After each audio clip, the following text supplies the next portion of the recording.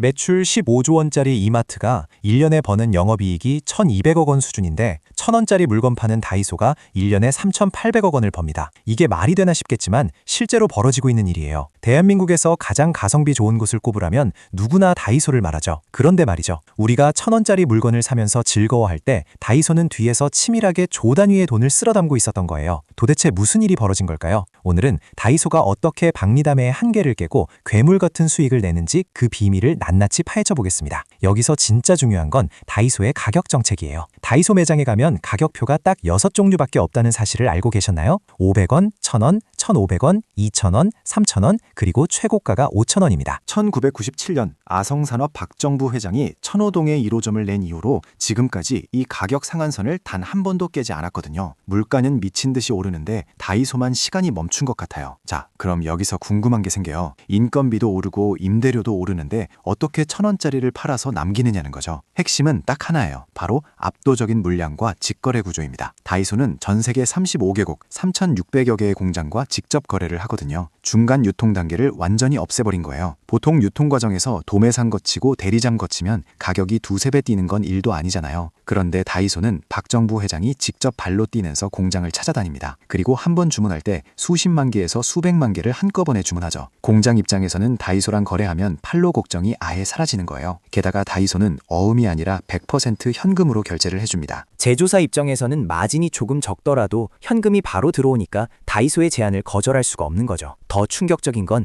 다이소의 물류 시스템이에요. 경기도 남양주와 부산에 있는 다이소 물류센터는 거의 예술에 가깝습니다. 축구장 수십 개 크기의 공간에서 로봇들이 수만 가지 물건을 분류하고 있어요. 하루에 처리하는 물동량만 수백만 개인데 여기서 발생하는 비용을 1원 단위로 깎아내는 거예요. 물건 하나당 물류비를 몇 원 수준으로 낮추지 못하면 1,000원짜리 팔아서 수익을 낼 수 없거든요. 숫자로 보면 상황이 얼마나 치밀한지 알 수 있어요. 다이소는 광고도 거의 안 합니다. 연예인 써서 TV 광고할 돈 있으면 그 돈으로 물건 품질을 높이거나 가격을 낮추는 데 쓰겠다는 전략이죠. 이게 바로 다이소가 말하는 본질 경영인 거예요. 최근에는 다이소가 뷰티 시장까지 먹어치우고 있습니다. VT의 리들샷이라는 화장품 들어보셨을 거예요. 올리브영에서 몇만 원에 팔리던 제품을 다이소에서 성분은 비슷하게 유지하면서 용량만 조절해 5,000원에 내놓았거든요. 이게 출시되자마자 전국 매장에서 품절 대란이 일어났습니다. 새벽부터 줄을 서서 사는 진풍경이 벌어졌죠. 사람들은 이제 다이소 물건이 싸구려가 아니라 가성비 끝판왕이라고 생각하기 시작한 거예요. 브랜드 이름값에 거품이 끼어 있다는 걸 다이소가 증명해버린 셈이죠. 그런데 말이죠. 이런 화려한 성공 뒤에는 아주 냉혹하고 무서운 현실이 숨어 있습니다. 여기서부터는 진짜 자영업자나 제조사들이 겪는 고통에 대한 이야기예요. 다이소의 물건을 납품하는 업체들은 피가 마르는 경험을 합니다. 다이소는 가격을 절대 올리지 않기로 유명하거든요. 원자재 가격이 오르고 전기료가 올라도 다이소 판매가는 1,000원 그대로여야 합니다. 그럼 그 부담을 누가 질까요? 결국 납품하는 제조사가 감당해야 하는 거예요. 마진율이 1%도 안 되는 상황에서 물량으로 버티는 업체들이 수두룩합니다. 만약 불량이라도 나거나 반품이 들어오면 그 손해는 고스란히 제조사의 몫이 되죠. 진짜 억울한 건 따로 있어요. 다이소가 워낙 거대해지다 보니 이제는 골목상권의 포식자가 되어버렸다는 점입니다. 예전에는 동네 문구점이나 철물점, 그릇가게들이 먹고 살았잖아요. 그런데 이제는 사람들이 볼펜 한 자루, 나사 하나 사러 다 다이소로 갑니다. 다이소 매장 하나가 들어서면 반경 몇 킬로미터 안의 소상공인들은